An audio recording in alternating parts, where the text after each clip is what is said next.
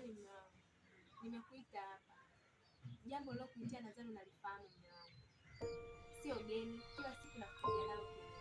Ni miaka 3 sasa tangu nimeoa. Wanawake zangu wana watoto, wengine wanabeba mimba, lakini mimi hata siku moja sijajitema mate. Sasa unategemea nini haya maisha?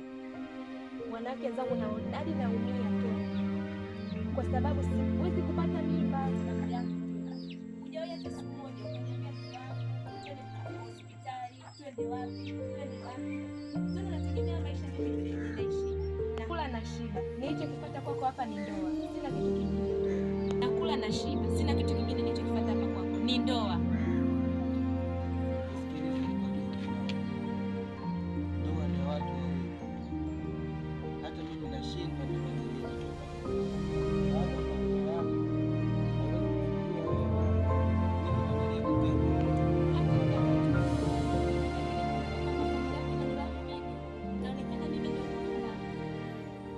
Kuangalia wewe, mama yako amekuzaa, amekulea, lakini hajui tatizo lako wewe.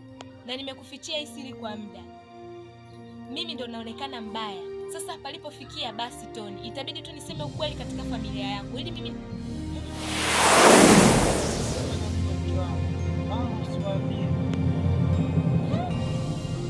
unaongea nini?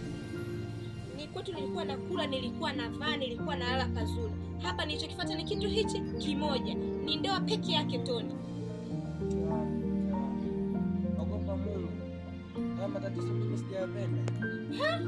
Hujapenda? Ulipokuwa na ndoa ulitegemea nini? Ulikuwa unataka uniweke mimi mundani kama pango? Au ulikuwa umekuja kuniweka tu kama msukulu wa kweli? Toni, nakupa siku 2. Na kuomba utafakari hili swala kwa kina.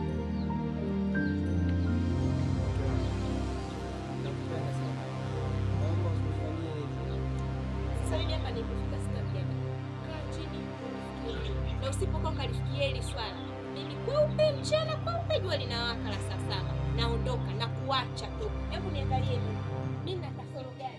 Wanawake zangu wanazaa, wana watoto. Wewe hata umii, mimi naumia kama mwanamke. Hebu niangalie na kasoro gani mimi Toni?